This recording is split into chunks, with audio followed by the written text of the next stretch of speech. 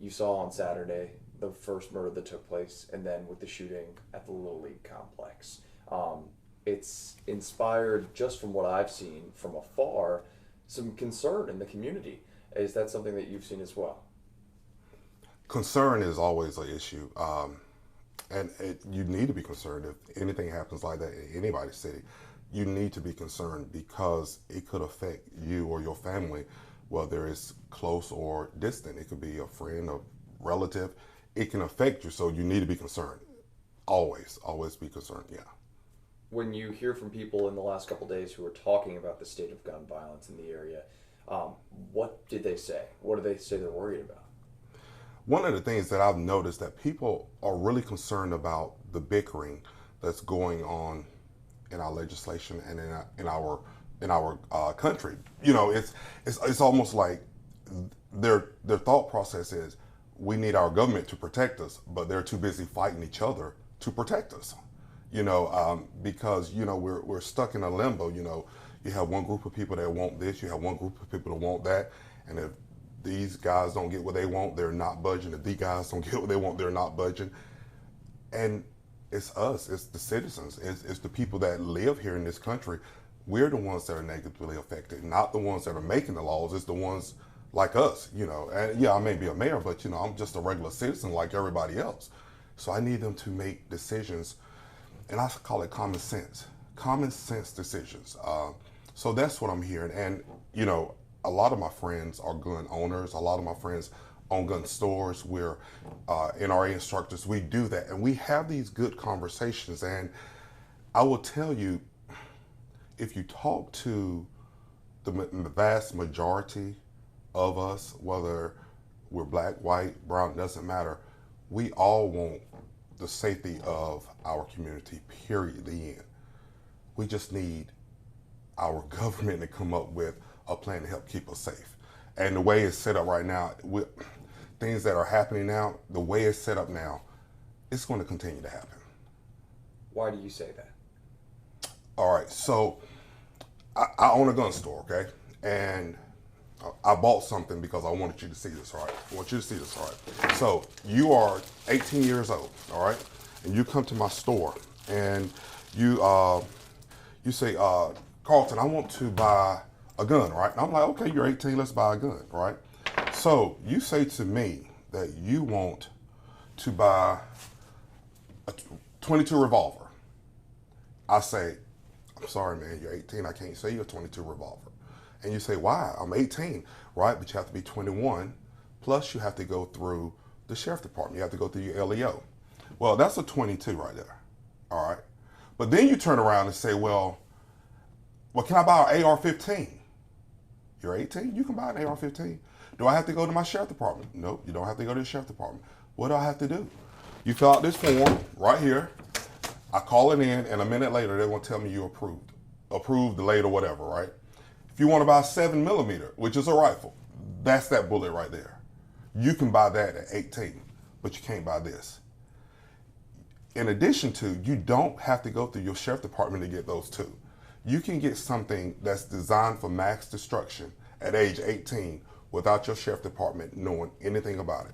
So then, you have people that say, well, you fill out the 4473 and, now let's talk about that. Hypothetically speaking, you are 18 years old. Let's say you're 19. And when you're 18, you say, well, I'm gonna start doing drugs. I'm gonna start selling marijuana.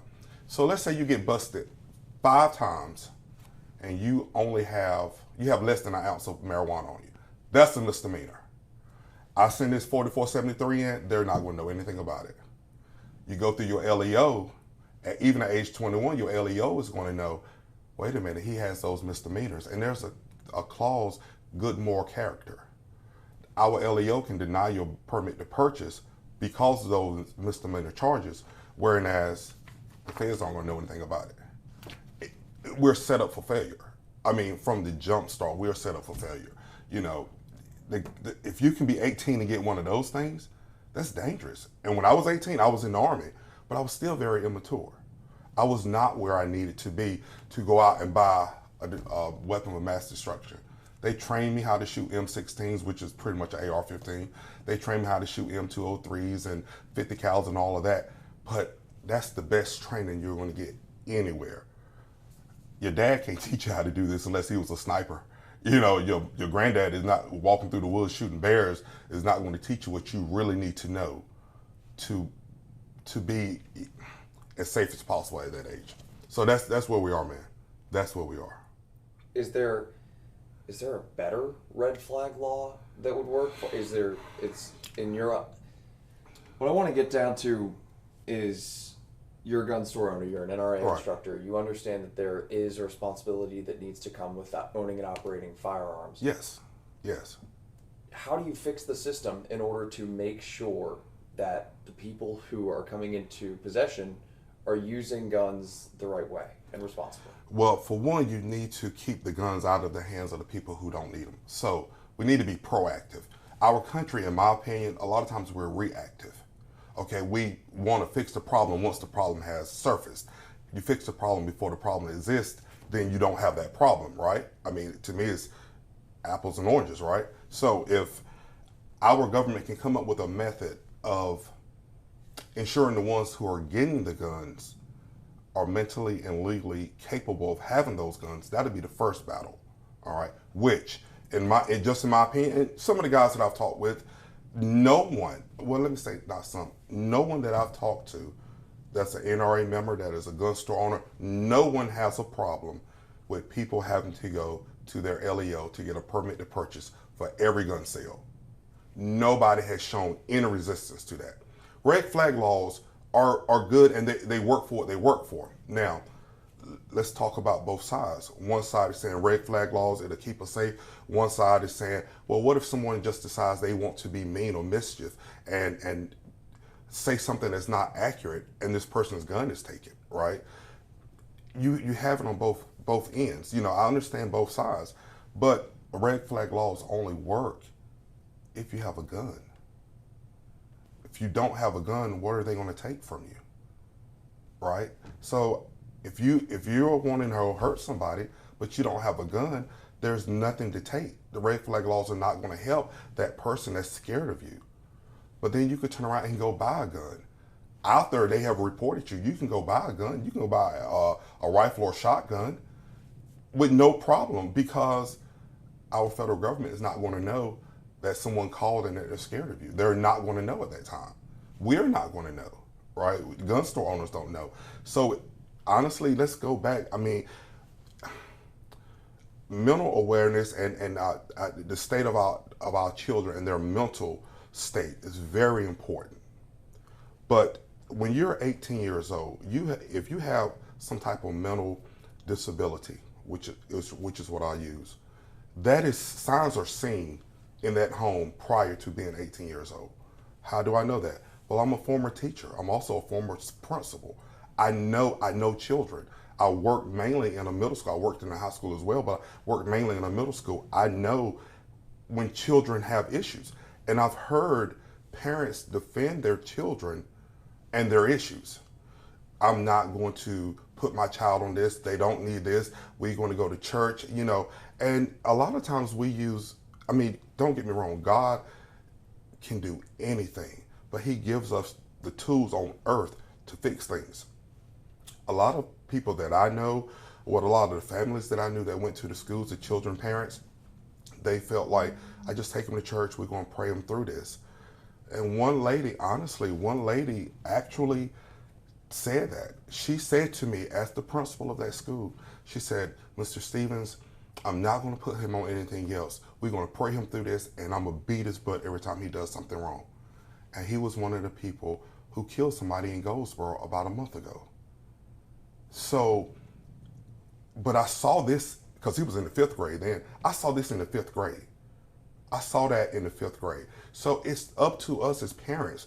We have to be more vigilant, but we also have to not have, I'm not going to say pride. We don't need to be embarrassed. We don't need to be fearful of what others are going to say, you know, what your neighbors are going to say. Who cares? If your child needs help, your child needs help. But if you allow that child to grow up at 18 years old, it's almost too late. And then they go out and they have the sense enough to go purchase a gun and hurt somebody or hurt themselves. It starts in the home. We need more adolescent mental health. Mental health. We need it in the schools. We need it in the homes. You know, years ago it was pretty prevalent. You know, but then I don't know if we went through it. I don't know what happened, but they started cutting funding for mental health. You know, it used to be children could get 40 hours a week or 40 hours every 2 weeks from different mental health agencies. And these people were coming into the homes and helping these children, taking them out in the community, helping them. But they stopped it. It went from 40 hours to like 5 hours. So these children, for 5 hours a month, you're getting help. But what about the other countless number of hours?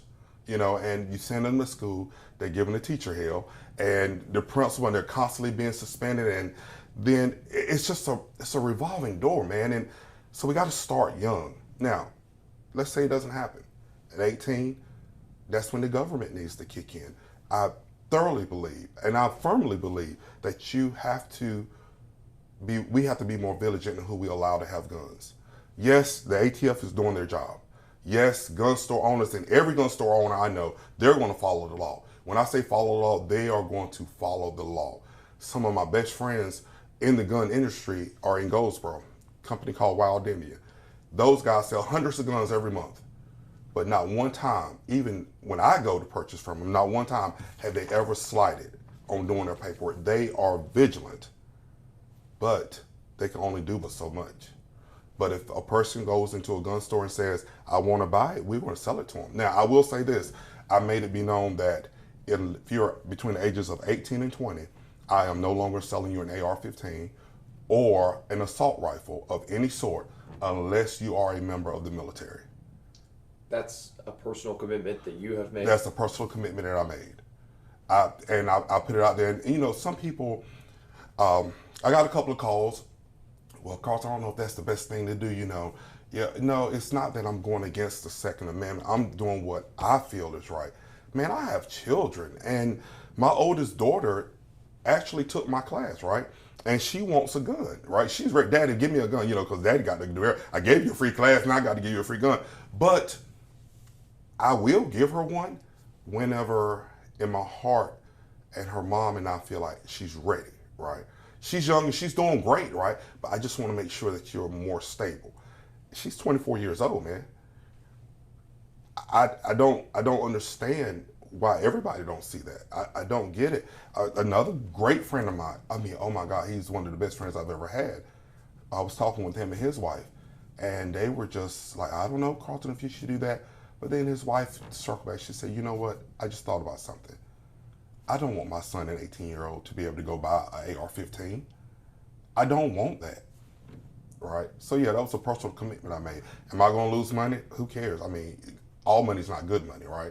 And I don't sell a lot of AR-15s and assault rifles to young people, but I have in the past. But as of right now, unless you're in active duty military, meaning you've gone through basic training, and if you go through basic training, I know that you know, right? If you're active duty military, reserve, or National Guard, and you're 18, between 18 and 20, I'll sell it to you. But if you're not, you can't get it from me. As of right now, where we stand in Wilson, is there an action that you feel needs to be taken for your community? Is it, I mean, whether it's with the police department or whether it's an initiative for mental health, out of the current situation, is there an action that you feel needs to be taken? That's a very good question. Let's talk about the police department. Number one, I would put our police department up against any police department in the state. Matter of fact, probably against in the country. These guys, and I'm not just going to talk about the police department, our sheriff department. Man, these guys are on point. We're a cut above, and I know it without a shadow of a doubt. We have guys that come here that had offers to go other places that would make more money, but it's this community. Our community, we're different, man. And I know every mayor might say my city's different, but they're lying, right? I'm the only mayor telling the truth right now.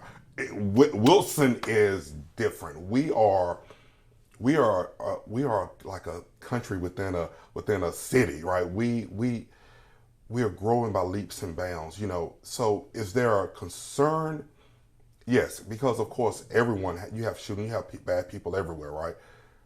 But I think if we could help what I would like to see is more mental health for our adolescents in the schools right now. That's what I would like to see, because these children have gone through the last couple of years of pure hell, having to be taught from home, learning from a computer. Don't go here, wear a mask, don't wear a mask, wash your hands, don't wash your hands, don't look at the person in the eyes when you're talking to them because you might get sick. They've gone through so much. You've had children that went through 12 years of school, they couldn't even have a graduation. So things are different for them. Like when I grew up, we didn't have any of this. These children are going through a tough time, so they need help. And our parents, and I know a lot of parents that are, but parents need to see that and reach out for help. The problem is we need more people that are in that field. I know a few LCSWs. I know one in particular, a great friend of mine, and she is wore out because her list is so long, and she's constantly with a child, and she even said to me, our children are in trouble. So I would like to see more mental health. Now, when it comes to the safety and security, man, our police department, our sheriff department, they're on point. So I'm not worried about that. Now, can you stop everything? Of course not.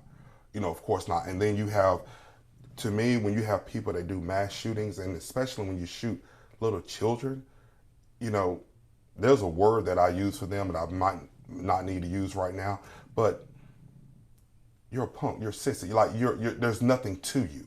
Like if you want to hurt somebody, go find one of these guys walking up the street, walk up to them and slap them. Let's see what happens then. Instead of shooting off little children. That makes no sense, So some things we cannot control. The things we can control, like mental health, getting more help, more funding from our state, more funding from the feds, I think is needed for our schools and for our parents. That's it. Well, on that note, that's it. I'll leave it alone because I can go much more. But all right. Anything else that I didn't ask concerning, the state of gun violence in Eastern North Carolina, the comparison with other communities, what you want to see done here? Anything that I didn't ask you? I think you hit the nail on the head. I know there's some concern about things that happened this Sunday. I know there's always concerns. We have people that are doing. We have people that do different marches. It's not just the guns and the violence. What another trigger are drugs. Another trigger is like I said, mental health. We have so many different triggers, and we have groups of people in different pockets that are trying to do things right.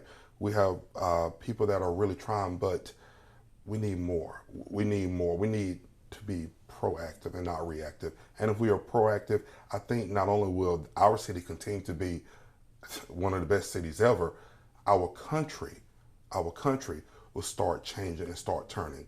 When our congressmen, our lawmakers stop bickering amongst themselves and, learn how to, and I'm not there, so maybe I shouldn't say it. I'm not up there. I'm not fighting the good fight of faith. But, dude, sit down and compromise. Some don't want red flags. Some do want.